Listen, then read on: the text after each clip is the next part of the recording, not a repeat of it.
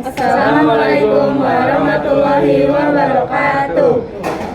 Jadi di sini kita akan menjelaskan perbedaan PC All-in-One dengan PC desktop. Jadi yang pertama, perbedaan utama PC All-in-One dan PC biasa atau desktop adalah pada desain terintegrasi PC I/O yang menggabungkan semua komponen CPU, monitor, speaker dalam satu unit. Sedangkan PC biasa terdiri dari komponen terpisah yang lebih modular dan fleksibel.